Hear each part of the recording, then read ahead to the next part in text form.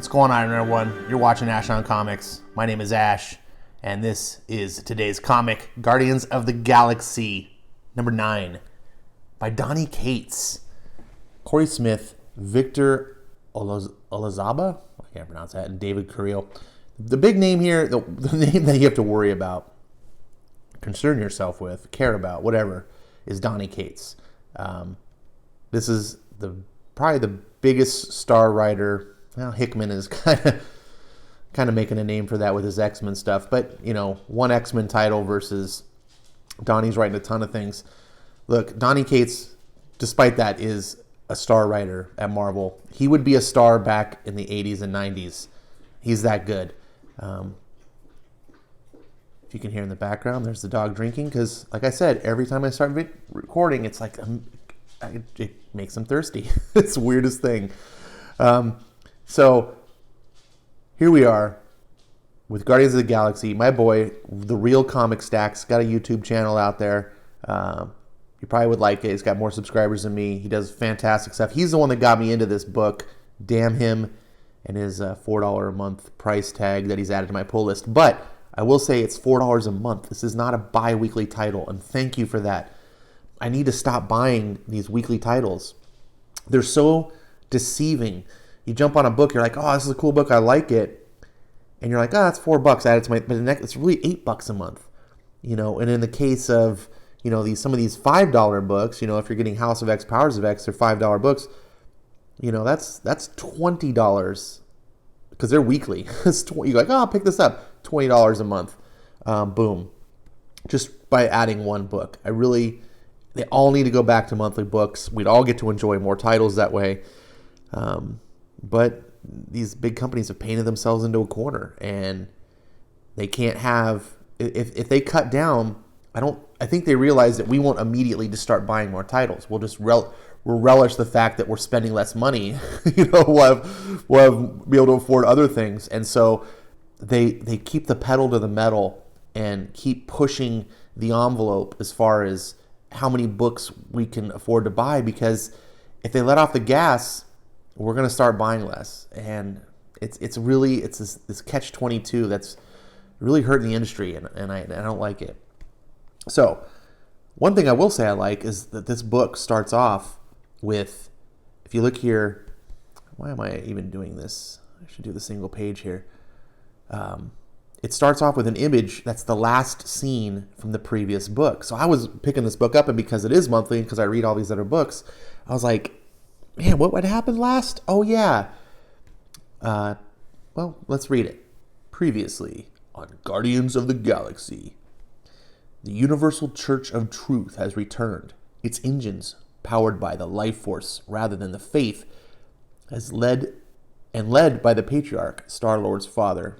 Sorry about bumbling this up. The Guardians of the Galaxy fell into the Patriarch's trap and were consumed under the Church's control. All except Moondragon and Groot. Together, they escaped and located the dying Rocket Raccoon to help them rescue their friends. But even a life support mech suit can't change the fact that Rocket's health is failing fast. Meanwhile, Star-Lord attempted to reason with his father, but only exceeded in learning the Church's insane plot. Kill Death by raising their Messiah. Only this time, they're not raising one person. They're raising an army. So here's the credits. And like I said, you read this, you got the picture. For most people who are following along, the picture's enough. You remember what happened last. But if you're just jumping on now, this little 3-paragraph part gets you up on the story. You know what you're doing. And then boom, you cut over. Earth, millions of years in the future. The end of everything. The universe was burning. By the time we arrived, nothing was left. No heroes, no villains, no life, only ashes and ghosts, as if the whole world had been turned off. I gotta pause here for a second.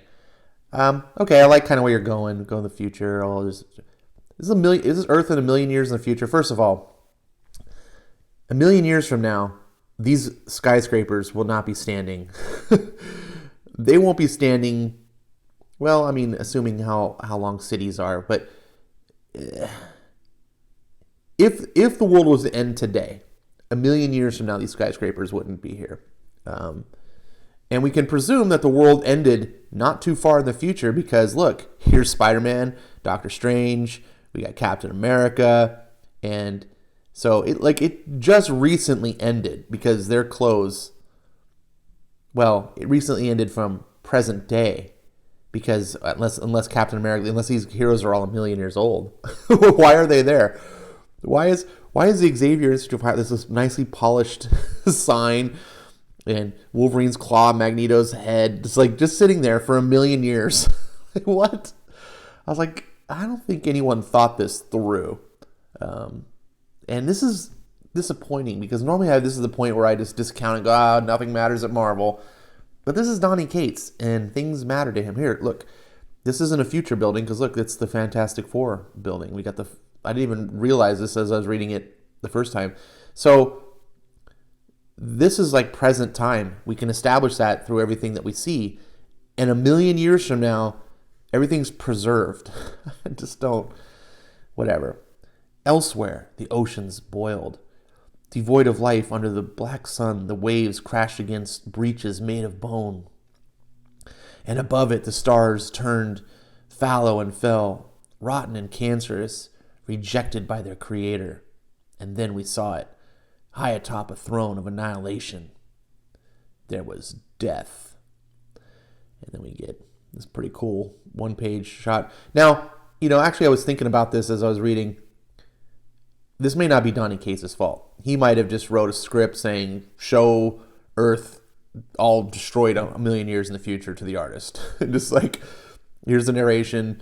And then the artist took it upon themselves to be like, oh, cool, I'll draw some skeletons of Captain America and Spider-Man and show Wolverine's claws because those things will last forever, right? And then because the editorial at Marvel is complete crap, it got through. That's the theory I'm going to go with. So back to death. We got Quill looking up. No, that's not possible. But it is, Peter. It is the truth. And we must stop it. Do you know how we do that? Yes. How do we stop the end of the world, Peter? We have to have faith. Oh no, our hero has succumbed to the mind control. That's right, my son. That's right. For what it's worth, I'm sorry. I just need you to understand what we're fighting for, what we are prepared to do to change the future.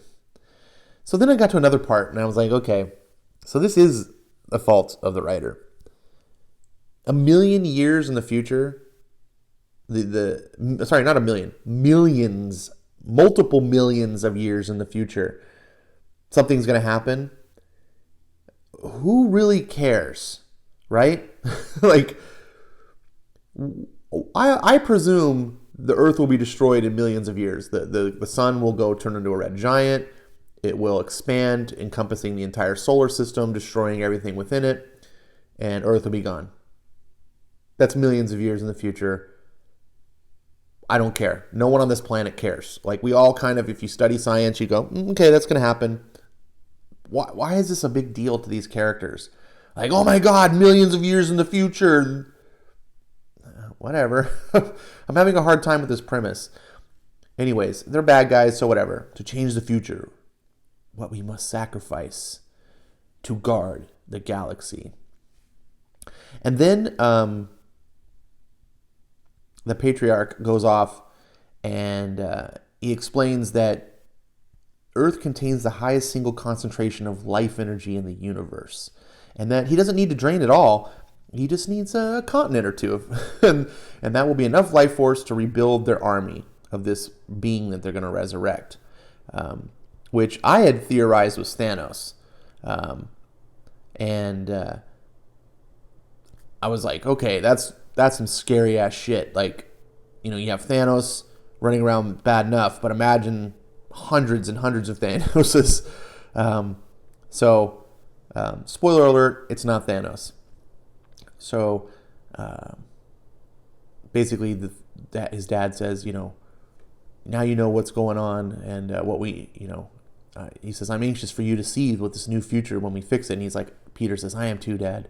I'm just so sorry. Sorry for what, my son? And then Peter just clocks him. And Cole clocks him and he says, for that, you stop where you are. And the guard's coming after him and Peter's like, oh yeah, all right. He's a doofus. And he starts running. Shit. Plan. I need to plan before I do things. No. He's running to the door closing, slides under it. That's a pretty cool scene. And it closes right behind him. Okay, that was pretty cool. But you have to think, Peter. How do you get off? Oh, man. And then there's the dog. And he's like, am I going to have to fight a dog? Yet. And then all of a sudden, the mind control takes over again. Good boy, Cosmo.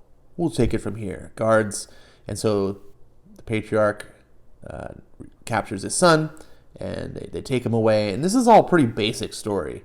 And we cut back to Groot and the Guardians that haven't been captured, and they're on this planet fighting some whatever these things are, and they're having their banter like, why are we doing here? Why are we here? All this stuff, and Groot is like, shut up and just Rocket says, tells them to shut up, just keep fighting, and it's just all kind of just fun character banter at this point and just fighting stuff. It's not really that important other than the fact that they're looking for something. And eventually, the thing they're looking for finds them. And we get, please stop fighting. I mean you no harm. But you're scaring my pets. Technically, they're slaughtering your pets. But, Magus, buddy, says Rocket. We need your help. And meanwhile, back at the cathedral, flagship temple destroyer, edging closer by the second to you and those you love. So it's coming to Earth. It's going to kill by billions of people to take their life force so that it can fight death millions of years in the future. Remember, that's their motive. And then Peter's arguing, you're not going to do this, Dad. You can't kill me. I don't think you have it in you, essentially, because, you're my dad. And Dad's like, you're right, which is why you're going to do it. And then all of a sudden we see this crack. What is that noise? And then it's finally in one of the, whatever you call these, the sarcophagus or whatever thing starts cracking open like it's an egg. And something's going to emerge. It is time. Come along, my son. And it's bursting open. Something's hatching. Dad, this is not going to go the way you think it is. Oh, on the contrary, it is going exactly to plan. Behold, Peter, our Messiah, our Savior. And you're just like, oh, what is this? Our destroyer. Dun, dun, dun. Drax? And that is the end of Guardians of the Galaxy number 9. Pretty basic story as far as what I've read so far. Not a lot of sophistication in Cates' writing. This feels kind of like an autopilot job. A little bit of a filler issue, but it does move the story along. I like that Drax is back. It's a cool way to bring Drax back. I'm presuming that this is to get Drax back into Guardians, and then they'll have some fights, stop the bad guys. We'll see. But I'm on for the ride. This is fun comics. Even Donny Cates on Cruise Control is enjoyable to read. It's not great. You're not going to sit there and just be like, oh my God, this is great comics. But it's fun. It's enjoyable. You don't walk away. Even with my nitpicks, I'm like, oh, really this, all of that. I kind of forgot about it as I was reading because it was just good fun. So this is still a book that I collect, and I have on my recommendations list. So I will keep it on my recommendations after this, even though, like I said, this is a little bit of a dip. But that's to be expected in ongoing comics. They can't be home runs every single time. You have peaks and valleys. This one's a valley, but I'm still along for the ride. Remember, there's 3 more issues of this story, and I'm along for the ride. I hope you are too. I hope you're enjoying this book. If you're not, tell me why. Maybe are you considering picking this up? Do you have a book that's like this, but maybe better? I don't know. Comments below. Like, subscribe, rock the bell, do the hula hoop, eat some pizza, whatever floats your boat. Thanks for watching. I appreciate everyone's views and comments. This is a great community, and I've enjoyed meeting quite a few people since I started doing this channel. Thanks a lot for watching. I'll see you next time. Take care.